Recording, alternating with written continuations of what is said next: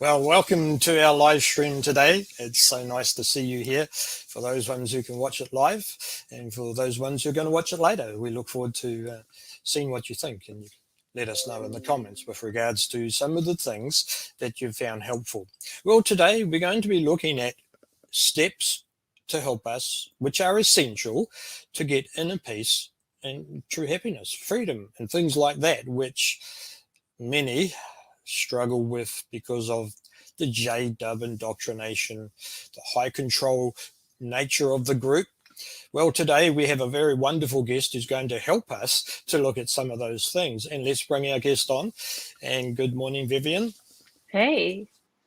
How are you today? I am doing fantastic. Thank you, Shane. How are you? That is, yeah, I'm pretty good. Awesome. What's the weather like over there in Sweden? At the very moment, it is a little past 7 p.m. and it's gray. It was really sunny about an hour ago. The weather is just kind of hit or miss, but I'll take it. It's No, great. that's good. Summer has been wonderful here, so yeah, no complaints. I can't tell you what our weather's going to do. I will in about an hour's time, though. Alrighty, so this subject with regards to taking steps to loving ourselves and getting inner peace, there's so much to it, isn't there? Absolutely. So many layers that people don't really realize, and they just want to come to this conclusion that I love myself and that I'm in a good place, but it's so deep, and it goes as far back as literally just going back from when you were born and understanding the patterns that have been created in your life to really understand why you haven't been able to have the inner peace and the self-love that you deserve. And self-love comes with so many other things, so many other rewards as well. And that includes having the relationships that we deserve and that we long for. People are just attracting the wrong kind of people, and it goes all the way back to loving yourself and creating the inner peace. And the reason why we're not attracting those kind of people is because we're holding on to resentment, we're holding on to anger, we're holding on to things that we really need to let go. And until we can let go and free ourselves and create the inner peace and create more of an abundance in our life, that's when we can create those energy flows. So are you saying that we're able to do all those sorts of things? Absolutely. It just takes work. It takes time and it takes work. Absolutely. Yeah. Out of all the different steps that you know of, what would be one of the hardest ones for us who have come from the high control group of Jehovah's Witnesses to get our heads around?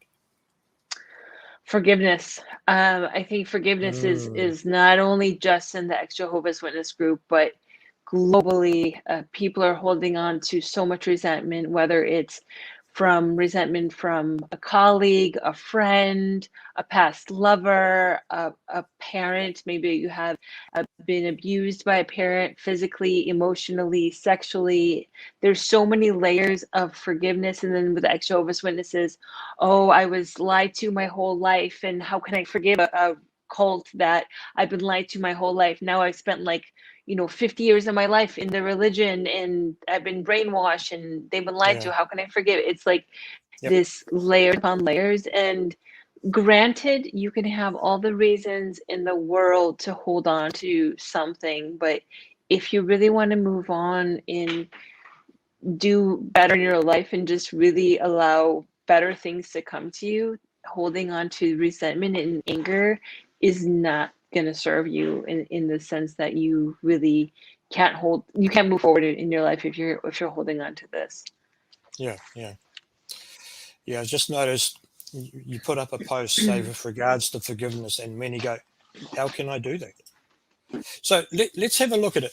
What would be the first step that we could take? I know there could be a number of different first steps. Which one would you recommend from your experience as a life coach and other things that you do that has proved to be helpful for such ones that have come out of any one of the situations you mentioned before? Well, in all honesty, I think that a lot of people like the idea of forgiving and forgiveness, but they actually do not want to forgive. So they feel very like, I have a reason to hold on to this resentment, this anger, because I have been hurt and I want to remain a victim. And it's a lot easier to remain a victim than it is to actually liberate yourself and to free. So the first thing I always ask somebody is, when I figure out what it is that, or who they haven't forgiven, like I said, it could be a cult that they belong to, a high controlled religion like we were. It could be an ex-husband, an ex-wife, they cheated on them, or they abused them, or it could be a parent. They didn't love me the way I deserve to be loved, or they beat the shit out of me, or they sexually molested me, or they raped me, and Yeah. I'm still holding on to something. And so again, the first thing is I always ask, once I find out the base of the thing that they're holding on to, do you want to forgive this person? Are you ready to forgive this person? And they can say, no, I'm not ready to forgive this person. I just want to forget about everything and I just want to tuck it away. Or I want to remember this because it feels me, Yeah. fuels me. So there's like two different things. And I would say there's a very few percentage of people that actually are ready and willing to go ahead and forgive. And forgiveness is, you have to almost talk the person into the benefits of forgiving in order for them to understand why they should forgive, because most people are not just going to forgive to forgive, because again they feel that holding on to that anger and that rage is, once you let go of that forgiveness, you feel Mm. like you're letting the other person off the hook. Like, oh, if I forgive the ex Jehovah's Witnesses for brainwashing me, I no longer feel like I'm a victim.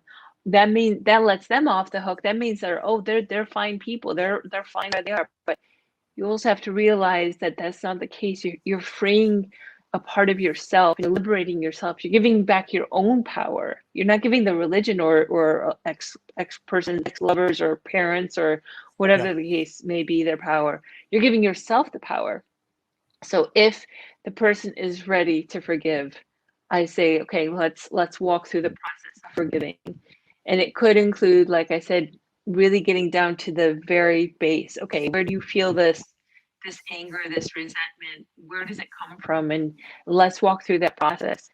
And sometimes it could be very, very baseline, like I said, with the religion. Okay, so I'm really upset that they hurt me, that they brainwashed me, that they upset me. Like, I understand. I was there too, but Mm. recognize and know that those people were brainwashed, and also the all the other people around you were brainwashed. I mean, I know that sounds very vague and very easy to like comprehend, but that's how I walked myself through it. And these men were manipulative, yes, but they were also brainwashed, and they were under mind control. So now that we are out of the organization, you kind of can look at it in a behind the curtains kind of perspective and Yeah. see what people were doing in front of the curtains, and just really realize that they were just they were like a little puppeteers. So Mm-hmm. just recognizing that that is the case and just letting it be. Also, what good is it that you are holding on to this resentment? It's not doing you any good. So when you kind of like walk them through the whole process, and okay, like every time this feeling comes up and you think about them, you have to go back and think about, okay, they were under mind control. I need to release this, and it's a process. So it's not gonna be like one day you're gonna wake up and like, oh no, I forgive them. Even if you are ready to forgive, it's a Yeah. process. You have to keep on telling yourself, like, walk yourself through the process. And it can go, even I had a client recently who her father sexually molested her, and I told Mm. her too that a lot of times people whose parents molested them or raped them, their parents were sexually molested or raped as children, and they are acting up in a way that they shouldn't be, obviously, but it goes back to the parents being children. So you have to excuse me, imagine you're a parent as a child. So going to the inner child of your parent and envisioning your inner child playing with their inner child, and just really realizing that they were a child once. So you Yeah. have to really have empathy for your parent as a child, because they were once a child just like you were once a child. And then really resonate, like, if you can pull up a picture of your mom or dad as a child and they were an innocent child at one point, and then look at the person that they are now and see all their life and Yep. recognize that they have lived a very long life just like you have as well, and they have gone through a lot of those things, a lot of things that you're going through right now. So a lot of times we just view our parents as just these people that are raising us, but we don't really go back to their childhood. So it's really understanding and empathizing with our parents as children. So the forgiveness side of things, when we get to the stage of forgiving, who's really getting the benefit of that? Oh, we are obviously, absolutely, 100%. And forgiveness has absolutely nothing to do with the person. They can still be a complete asshole Yep. and you never want to see them again. Yeah. Forgiving has 100% to do with yourself because it really frees you up. It really liberates you, and like I said in the beginning, it allows like this energy flow of new good relationships to come into your life. If you're holding on to things that are just making you angry, it's so bad for even for your health. That can cause ulcers. That can cause tumors. Holding on to any kind of negative energy Mm. is Yep. so unhealthy for you. So it's 100%, you're really liberating yourself, and it's so freeing. It's like unloading a really heavy backpack after you've been carrying it for years, if not decades, according to how long you've been holding on to this kind of resentment. Okay, so how would we realize that we've got that problem then? What are some of the signs? You mentioned health problems, but that may not happen initially. What are some of the things that we could be asking ourselves if this is something that we need to do? So if you feel like you've already forgiven somebody, well, 100%, you usually know if you have forgiven somebody or not. You can Yep. honestly say, like, yes, I have forgiven the person, or no, I haven't. But sometimes you feel like you have forgiven the person, but Mm-hmm. like I recently worked with a client who she felt like she forgave her mom for an unhealthy childhood she had, but she was still angry and holding on to certain kind of things as her mom was talking to her, Okay. and she realized she Mm. hadn't fully forgiven her mom for the kind of childhood that she had. So she wrote her a letter, and she wrote her a really long letter explaining to her and expressing to her, this is, I really appreciated you being my mom, but I felt like I deserved this and this and this. And it was actually a nice letter that she sent out to her mom. And she just really came to a good resolution with her mom. She was able to have a really honest conversation with her mom. So sometimes it's not, you might think that you've forgiven the person, but there's still kind of this I don't even know what to call it. It's just not the pleasant attitude they're having with the person. But if you can look the person in the eye and if it's a family member or something like that, and Mm. you've Yeah. forgiven them, then I Yep. feel like the energy is just free flowing and you're allowing that relationship just to go. That doesn't mean that you have to be, best friends with the person that you've forgiven. But if you can see the person, like you don't have any kind of feelings, you can just kind of let it go. Are Does that there make any other sense? ways to handle that?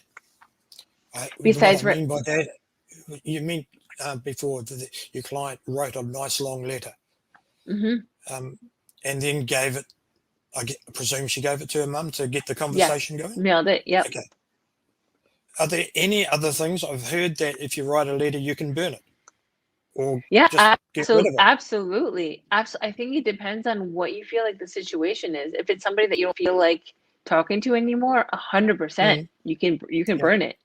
If it's somebody you feel like you want to have a relationship with, both of my clients that have written letters to their parents wanted to have a better relationship with their parents, Yep. and there was still something in the way. So writing a letter was so good. It was so healthy for them. But absolutely, if you don't want a relationship with the person, you can actually burn it.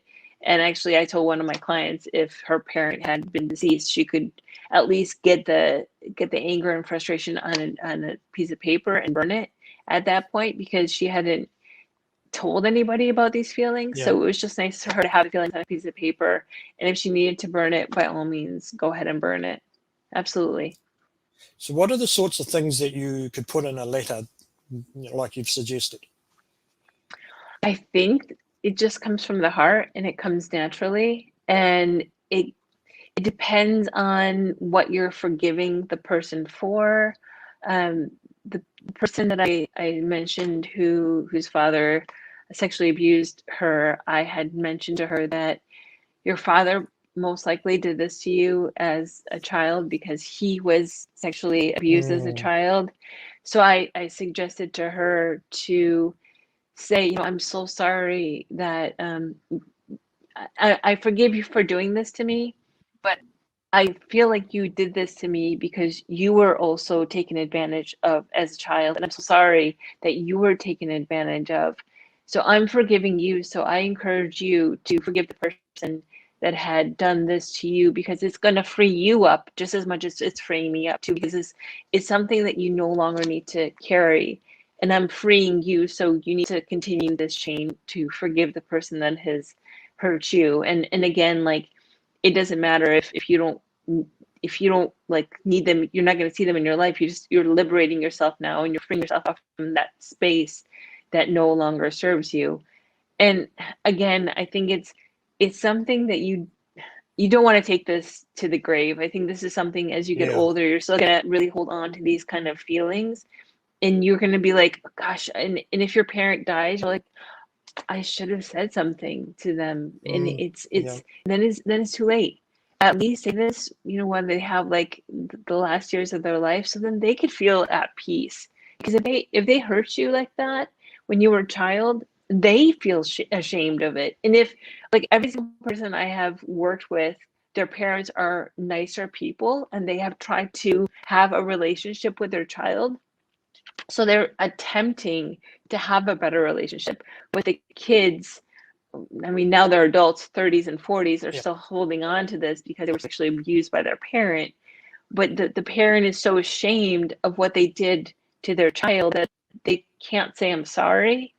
And the child can't really confront him about the situation. So it goes to writing a letter is something that's much less invasive than just like looking at the person being like, hey, I know you fucked up, like, let's talk about this right now. Just writing a letter, and then Mm. when you do see a parent again, just actually talking to them about it. It's a game changer, and it's so liberating for, like I said, the people that I've worked with. And this is just very recently I've worked with these people. Okay, so if somebody's sitting here listening and watching and they go, oh, I wish I could do that, and they're really struggling, Hmm. is there a simple way to plant a seed to get the momentum going forward? I don't know if that's the right word, but to start the process. So I think, for my last client, I had to kind of go full circle with her to really give her the benefits of writing the letter, because just writing the letter and forgiving her father wasn't enough. So Okay. she was kind of stuck with Yep. her Yep. business and how it was going. She didn't feel really inspired. She's an entrepreneur. And I told her that by writing this letter, it's going to free up so much energy, because she was having nightmares about it, and all this, like, still, like, she has this very hard demeanor, and she's such Yeah. a wonderful human being. And I know that once she wrote the letter and the letter went through and she spoke to her dad, everything would just kind of, like, that resentment would just go. And I told her Yeah. full circle that once she's able to do all that, write the letter, Yep. she's going to free up so much energy that she's going to excel in her business so much. But the reason why she's stuck and stagnant is because she's still holding on to this resentment, and it's this creativity that's lacking in her life. So I would say, if somebody is like feeling like, okay, I want to forgive, but I'm not really sure I want to, I would say there's so many more things that encompass it than just like freeing up this energy or like liberating yourself. It goes full circle. It could help you out not only in freeing yourself, but it opens you up to new relationship. It could help you with your job. It could bring more money into your life. Like, there's so many levels of forgiveness that it's like this huge backpack that's just, you literally took it off of your like 20 pounds. It's just like liberating yourself. It's so huge. People just really, really need to recognize that forgiveness is, I would say, by far the most important thing as a human being that we can do to move on with our life. People are holding on to resentment and anger in so many different ways, and it's so unhealthy. Why do we do that? I know you mentioned before that it's sometimes easy to sit in that victim mentality. Mm-hmm. Why do we tend to do that? Because you're right, before you mentioned it's a human problem. We all, as humans, we do this regardless of what the situation is. We feel we have a right to. We feel we have a right to not forgive the person or the group of people because they have wronged us, they have hurt us, they have abused us, and we feel we have the right to do that. I have the right to not forgive the Jehovah's Witnesses because they fucked my childhood. They took away. I didn't celebrate birthdays. I didn't celebrate Christmas. Like, sure, that happened to me too. But again, like, what good is it doing for you if you're holding on to that? Like, it's not serving you. And sure, like, as maybe as you were leaving, you were holding on to this anger, but 10 years later, it's just not. I am so glad that you're able to let go of Facebook user. I don't know what your name is. That makes me so happy. It's so essential and it's so important to let go of that anger. It does not serve you at all.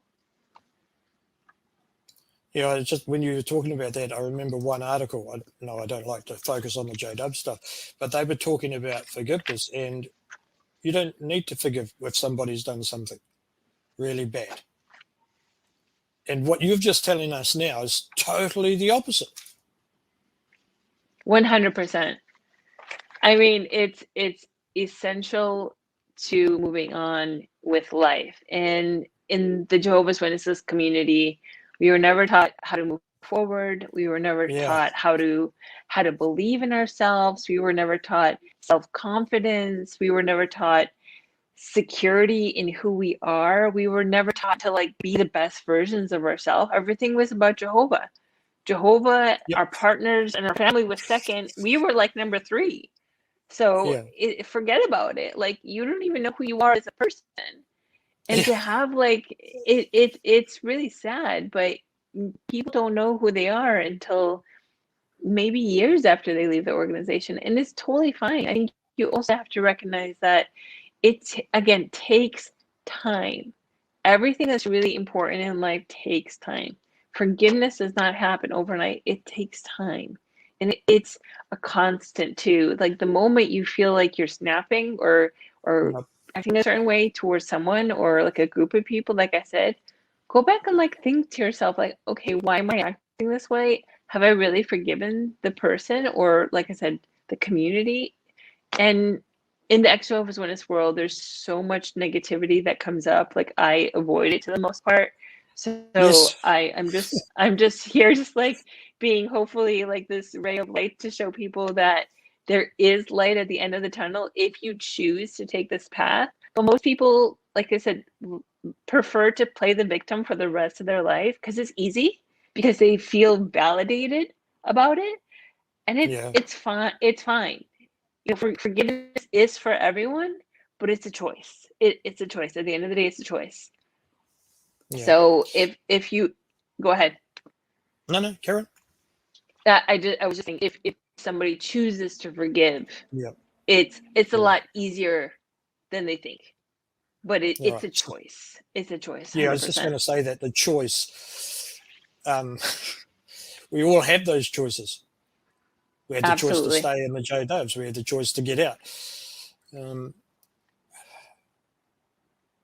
What happens if we're stuck and we go, oh, but, and then we go the other side and we go, oh, but I'm out of here, but, and we're saying but. So that to me means you're not ready to forgive. And again, that is okay. That is okay. There comes a point where you're like, I'm ready. I'm ready to move on, and I'm ready to forgive. Yeah. And you have to recognize that. If you force anything in your life, whether it's forgiveness or losing weight, like literally anything, it's just not going to happen. it could happen. Like you could lose the weight, you can go on a quick little diet and lose the weight, but it'll come back. It's about constantly doing it day after day. It's the repetitiveness of just doing it constantly, and eventually, it becomes a habit. Once the negative thoughts come up, you're like, nope, I'm forgiving the person. I've moved on. It's just like I said, with eating healthy and stuff like that. It's a habit. It becomes like once the thought comes up, nope, it's no longer bothering me anymore. I've forgiven and I've released it. It literally like flushes through you, like I don't know, like you're drinking water. It just like the emotion just comes through you. It no longer serves you, so it no longer does anything to you. And for me, when I see people holding on to any kind of anger or resentment, it's like holding on to a dirty washcloth that's rotting in your gut. It's disgusting. And I've met such amazing human beings that have such good energy, but right when it comes to a certain topic, they turn sour. And it's like, wait a second, like, can we just like, what's going on?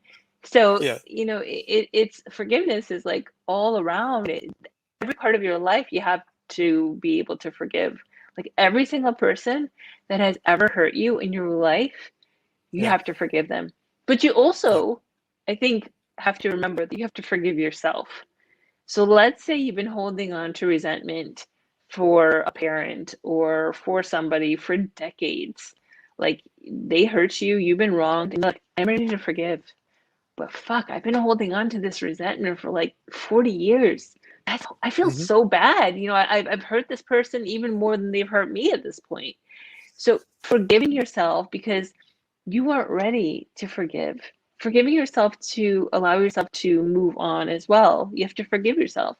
Forgive yourself also for, let's say you felt like you lived a really crazy life for a couple of years. You did some horrible things yourself. And you're like, I hate myself. What I just spent the last decade like doing all these stupid things. I think you also have to recognize that forgiving yourself is also very, very important, because when you forgive yourself, that's when you can also forgive other people. So forgiving yourself also for, let's say you decided to become a Jehovah's Witness and then you got disfellowshipped after a couple of years, like, gosh, I can't believe I played victim to becoming a Jehovah's Witness and I allowed him to brainwash me. I'm so stupid. Forgive yourself. Like holding on to that is not doing anything for you. Just that part of your life is done and over, and recognize you needed that to be who you are today. So forgiving yourself for that part of your life, because just be like, you know what, it's done and over with, because you cannot change that part of your life, and just recognize that this is who you are today and just appreciate who you are today. So is there a simple process to do that? Is it different in everybody? Like a lot of things are different? No, again, I think it's a matter of one, wanting to forgive. Wanting. Yep. Wanting. And I think first is recognizing that I have not forgiven myself or I have not forgiven somebody else. Two comes wanting to forgive, because wanting to forgive and acknowledging.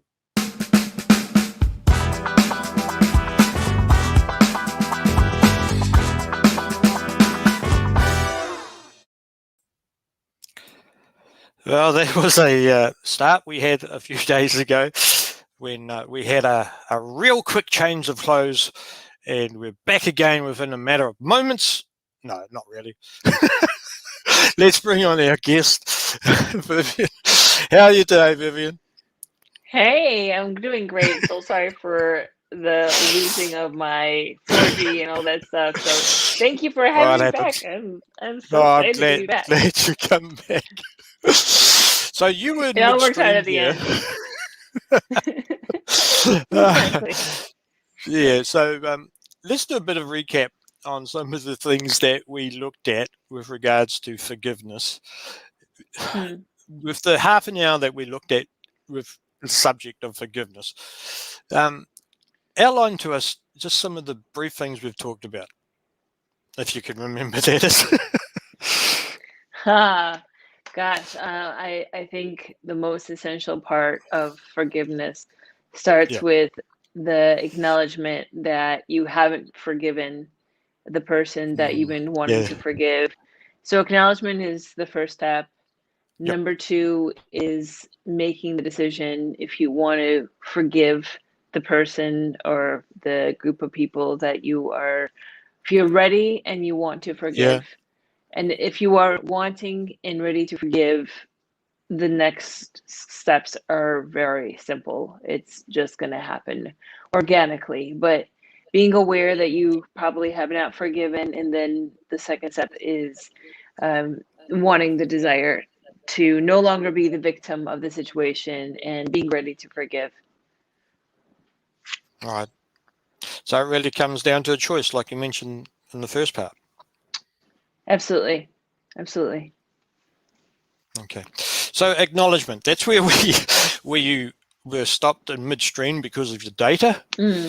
Let's take it from there. So acknowledgement, what's that mean?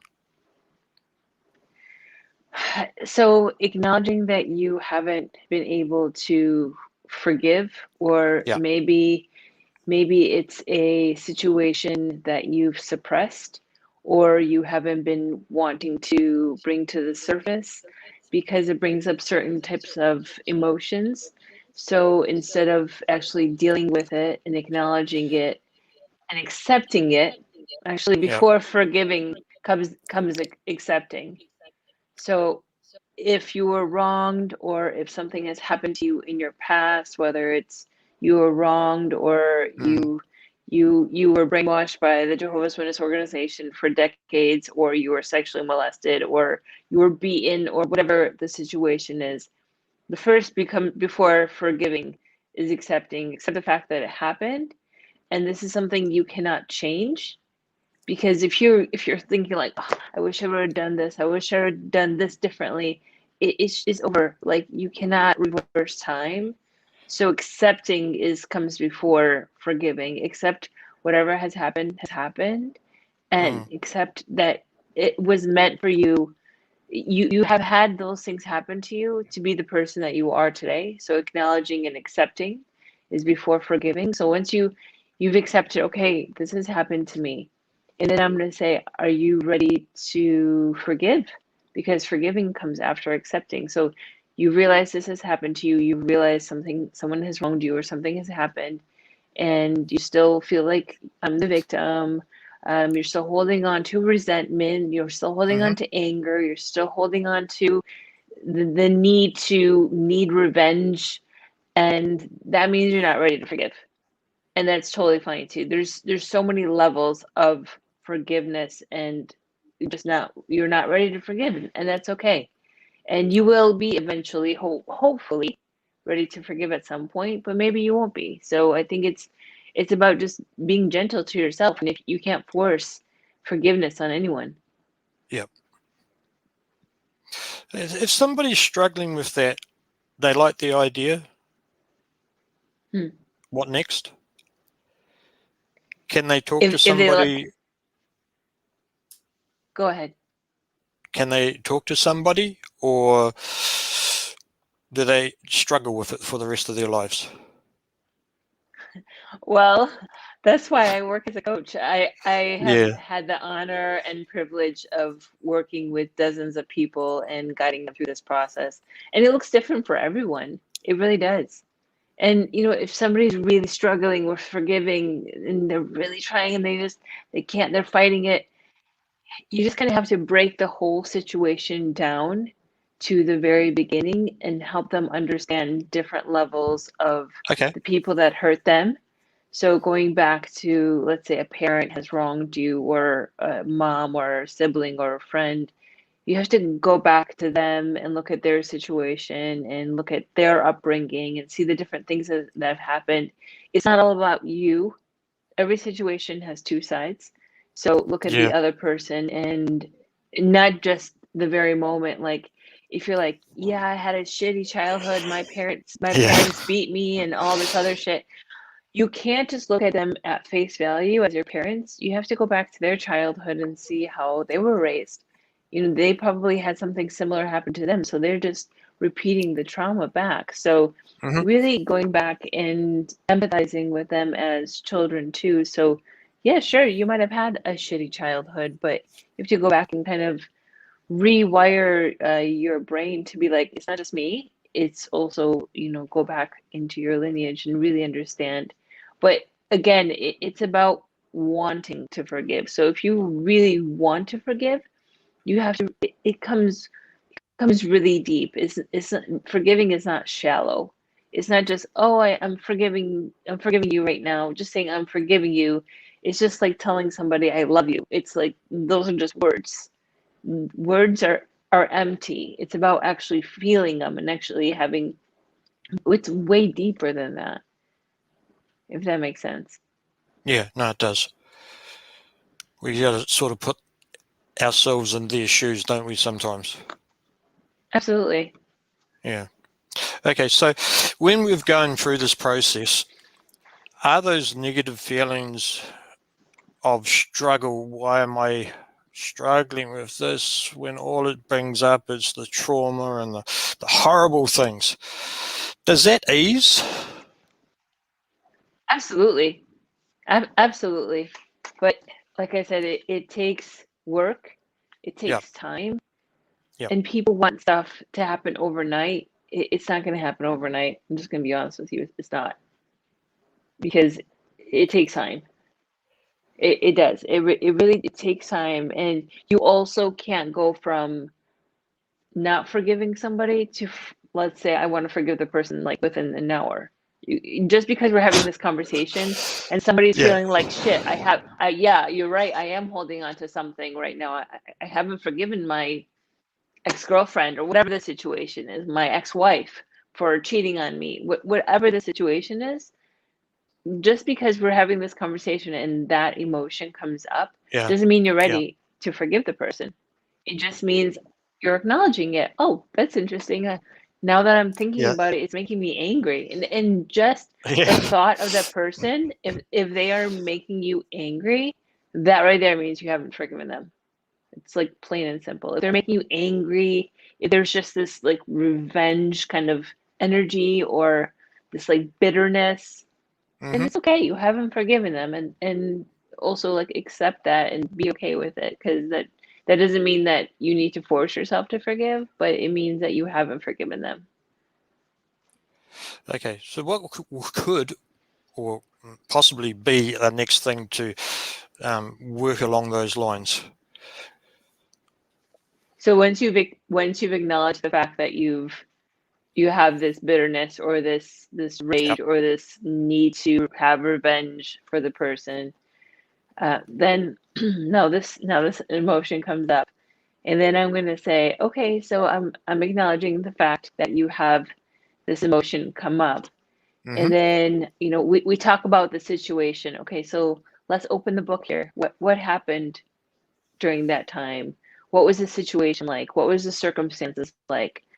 Okay, I digest that. And then also, what was this other person's situation like?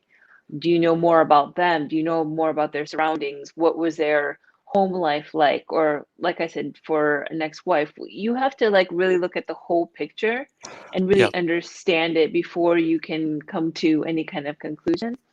So with the moment you acknowledge it, and then I say, okay, I see where this is coming from. I see the reason why you're still holding on to this rage. I see, now, then I say, are you ready to accept and move on? Because if you're just acknowledging it, like I said, that also doesn't mean like you've even accepted it. It might have just been something you've been hiding under the rug. Yeah. So accepting it, and then from that point, then you can say, ask yourself, am I ready to forgive? And then just go from there. Okay, now this is just going, I guess it's going sideways a little bit. I've heard some people say that they don't want to work on it because if I talk to somebody, it's going to bring up all the trauma from the past. And I Mhm. don't want to struggle because I've pushed it down. What would you say to them? That's very interesting that you say that. I would say that unfortunately, you have to bring up the stuff that you've been to really, because until you really understand something, you cannot accept it and you cannot forgive. So tucking it under the rug means you don't even want to understand it. So that essentially, to me, that means you don't want to forgive. You don't want to forgive the person. You don't want to forgive Yeah. yourself. Yep. That's it. So So yes, you it's, have to bring it up. yeah. Yeah, I've heard it more than once. That's why I asked that. I'm not a qualified person, so I don't have the answer. Um, but yeah, it's something that a lot of people do struggle with, having to dwell back on it again. Absolutely. Yeah. Okay, cool. All right. So we've got to that stage now. We've started to acknowledge. That's the first step. Then moving on to forgiveness. How much work does it take from that point when we realize, yep, I've got to forgive, and yes, I'm willing to do the necessary steps? How much work from that point on? You know, it's different for everyone. I think it's a matter of your whole life situation, and if the person's still in your life, if you no longer can speak to the person, if you're seeing Yeah. them all the time, I think it's different for every single person. But I can guarantee you that once you decide in your heart that you want to forgive the person, your energy is going to completely shift into a different direction. And you're going to blow yourself away. You're going to say like, "Wow, I actually was able to look that person in the face and not get angry. That's something Yeah. new. That's new experience have never Yeah. happened before. Yeah. Interesting." So So once those. you decide you want to, it'll happen, but it's Yeah. different for Yeah. everyone. So when you talk about energy, what are you actually meaning? When you get a Energy, gosh. feeling. Yeah, I know The it's a bigger subject, but what are you actually meaning? Oh, when I talked about this specific kind of energy, there's a certain kind of energy that people give off without anything coming out of their mouth. When you walk into a room and you feel like a very stiff kind of energy, or people are like, if you walk into like a birthday party and everyone's like super excited, or if you walk Yep. into like a park and it's very calm, it's a certain kind of energy that is evoked in an environment and can also be evoked from people. So when I'm saying this kind of energy, I'm saying the energy that is between two people without communication. I'm sure you kind of get what I'm saying. Yep. If Yep. if I if I meet somebody and I feel very awkward around them, Yeah. they can give off a very insecure kind of energy, or if they get Hmm. very excited, I can get, or like a very nervous kind of energy. It's for me, it's like, you know, we have energy all around us, and we're made up of energy. At least I believe we are. So it's this interchange of energy that I'm speaking of. Okay. Yep. So for ourselves, if we'd got rid of this backpack of unforgiveness, we Mhm. could be feeling a lot lighter when we walk around. Absolutely, absolutely. It's a So choice, that would, though. yeah, that would bring us more joy, more happiness by itself. Absolutely, 100%. Okay. Yep. Okay. So we get into that stage. From when we get to the stage of being able to forgive that individual, that group, that whoever it might be, what could happen with our lives? I know you mentioned in part one where some of the benefits that we can get from going through these steps. What can some of those benefits be? Inner peace, that and a shift in your inner self, that Mm-hmm. you've never experienced before. It's Yeah. this openness, this lightness, this wanting to connect more with the world and no longer feel like dark inside. It's just the one word I would describe it is openness. Openness, Yep. Okay. love. It's a completely, it's the opposite of anger, rage, resentment, revenge. It is literally the complete opposite. If you can think of the opposite, that's the opportunity for you to be once you have been able to forgive. It's this abundance of just loving kindness and pureness and Yeah. just lightness that is just welcoming to you versus the heaviness, the darkness, the bitterness, the Mm-hmm. resentment. All that stuff is combined with not forgiving and just holding on to a grudge. Cool. So if somebody was wanting to start and they didn't have the confidence to reach out to, say, a person like yourself, are there any books, any web pages, anything like that that you could suggest ones read or watch? Sure. I really, really love the book, The Untethered Soul. It's all about the inner voice and how the inner voice is not us. Sometimes, our inner voice is our bully, is telling us all sorts of Mm-hmm. horrible things, Yep. and we are not that. We're not that voice. If you put a person in your room that's constantly saying the words that you have in your head, how Yeah. long before you kick them out? So Yep. that's one of my absolute favorite books. I'm a really big fan of Eckhart Tolle, The Power of Now, Mm-hmm. and his other book, Perfect World, if I'm not mistaken, Perfect Earth. Okay. That's another really great book. Um, 5 a.m. Club. Actually, my husband's reading it right now, but that's also a really good. It's a storybook, but it's also an inspirational type of book that's really good. Those are the books I can think of offhand. Yeah. Yeah. Um, oh, Atomic Habits is a really great book talking about habits and how habits are Oh, yep. essential for you. Mastering Yep. Your Emotions is another Yep. really, really great book. Um, yeah, I think the more self-help books I've read, the more I'm so interested in different types of self-help books. Um, so yeah, it's very interesting because as Jehovah's Witnesses, we weren't allowed to even dive Yeah. into anything to make ourselves Nope. better.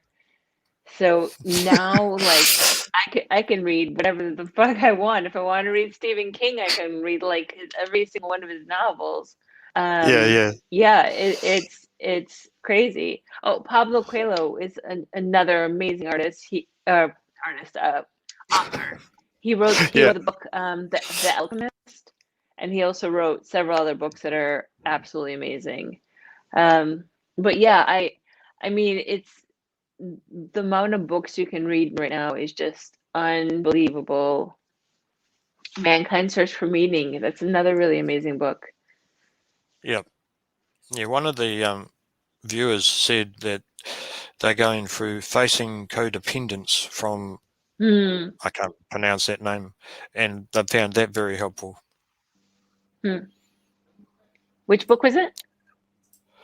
Uh, Facing codependence. Facing Codependence. Okay, I never heard that book before. No, Sounds I've very not heard of interesting. that one each.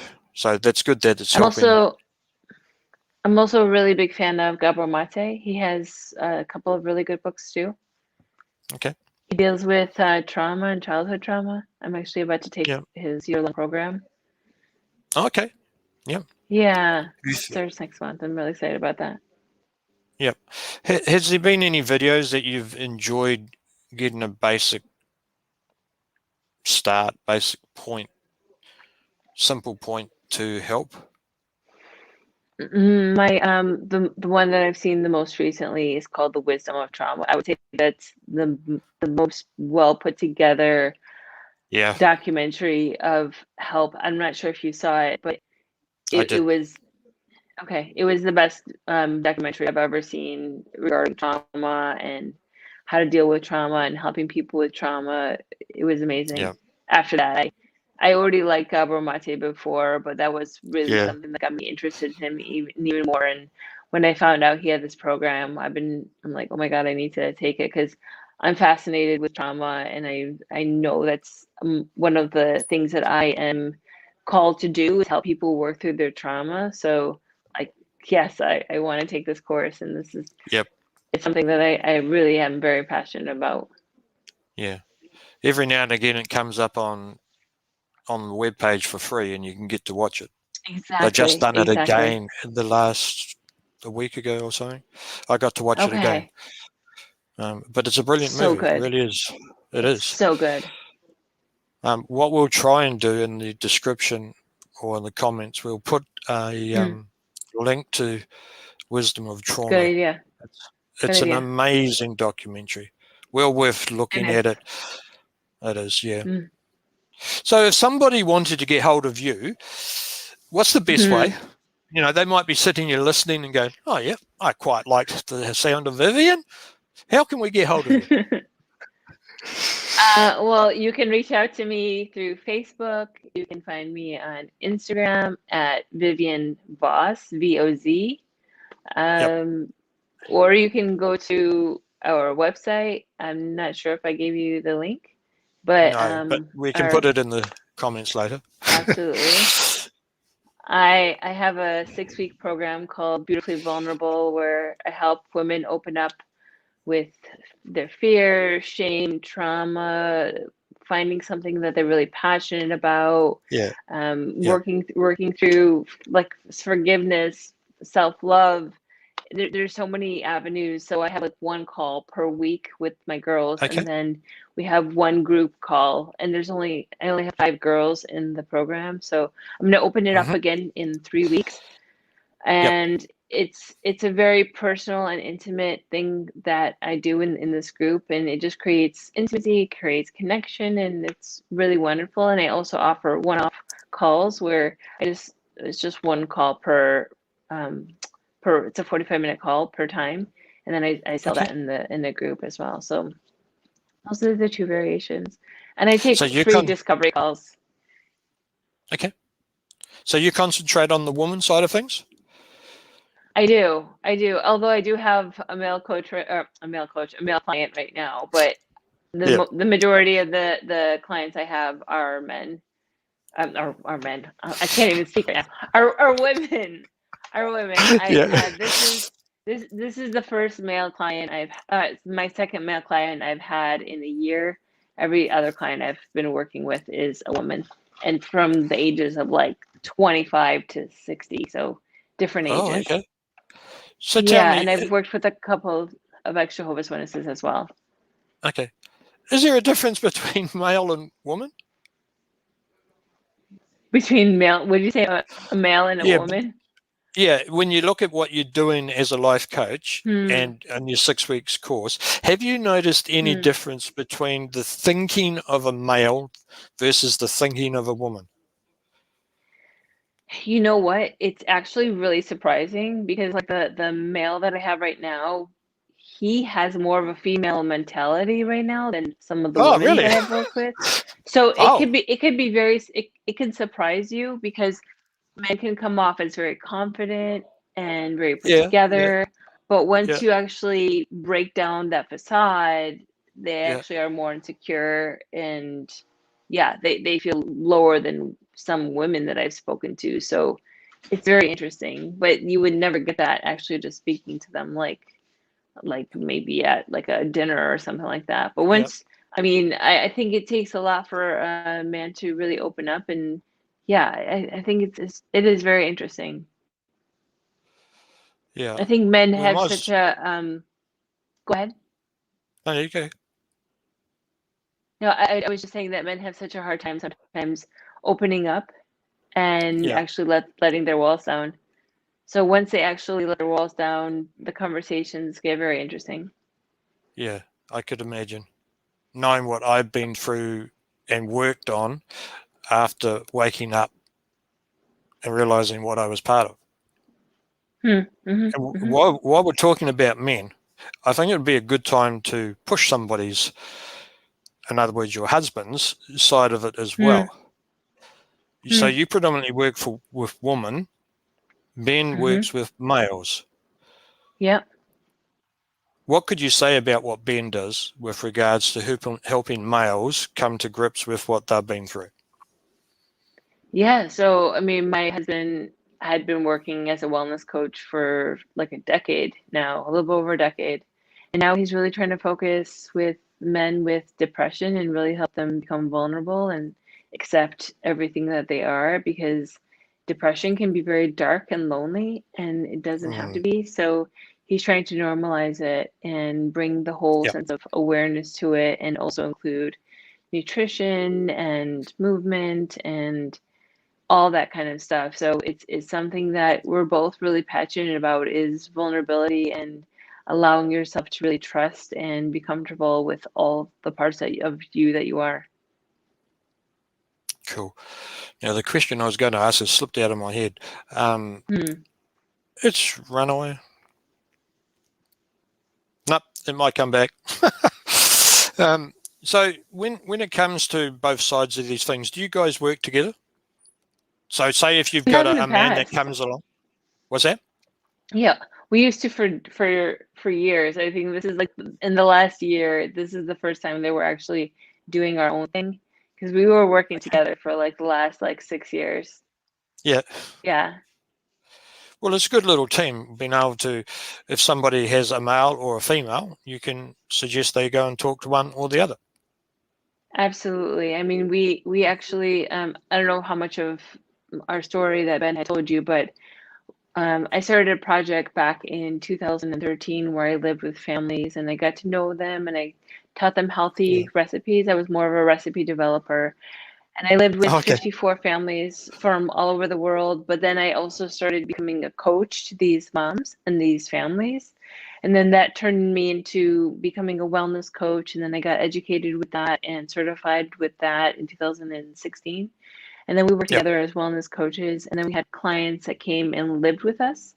So then we started becoming more like life coaches. So from 2000, actually, from when we got married in 2014, we had clients that came and lived with us. So we had a two-bedroom, two-bathroom apartment in LA, Hmm. and people would come and stay with us, and we would do all things from nutrition to life coaching Yeah. with them to really getting to know them from like early infancy, what has worked for them, what hasn't worked for them.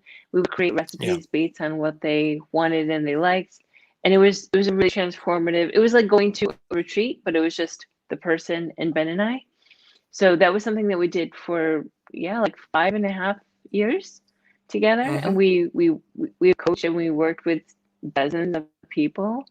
And now we live in Sweden, and we most of our business is online. I do have some clients here in Sweden, but Yeah. it's just been interesting, like shifting to that, this to being online. And yeah, that's kind of where we are right now. And now I'm feeling really called to work with trauma and really deep and meaningful stuff, and really change people's life in a very deep and meaningful way. I feel like I'm a vessel for people to have their energy go through me, and just really working through, really understanding people. I Okay. love having deep and meaningful conversations with people and getting to know people from the moment they were born and now, and helping them in the best way that I can. So it just brings up another point. How are you Mm, finding when you met the person in person to now mm. meeting them online? Is there an advantage to doing that? A disadvantage? What have you found? When I actually meet people in real life or go to their house, I get to see their whole surroundings. Okay. And instead of like them telling me, things are not working out or whatever the story that they're telling me, when you're actually in their home and even living with them, Then you can see how they work on a day-to-day basis, and then you can also see how the family dynamic is. And it Yep. definitely does change the storyline that they tell Okay. you. So it definitely can be So different. is it a bit like somebody having a mask on or something when they're on the Absolutely. computer screen? Sometimes that can happen. Absolutely, that can definitely happen. They can tell you one Yeah, okay. story, and it's a different thing. Absolutely, it has happened before. Not gonna lie. Yeah, yeah. Okay, cool.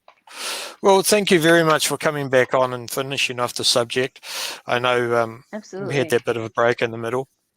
So if Yeah. anybody wants to reach out to Vivian, we'll make sure we get the webpage and other links so that you can reach out to her if you would like to. Her husband works with males and depression and things like that. He's done a great job. They have a Zoom meeting once a Thank week. you. And Yeah. we've just heard what Vivian does with regards to her 6-week course. So if you want to take advantage of that, by all means, reach out. For those ones who have been on the live stream twice and who have any questions, please put them in the comments. We're here to help. We're here to support. And we can put you in touch with Vivian if you'd like to. But until our next time, thanks for being here again, Vivian. We appreciated your Of time course. and effort. And we look forward to catching up with you a little bit later. And for everybody else, keep safe, keep smiling if you can. And we look forward to seeing you on the next live stream. Until then, look after yourselves. Bye for now. Bye.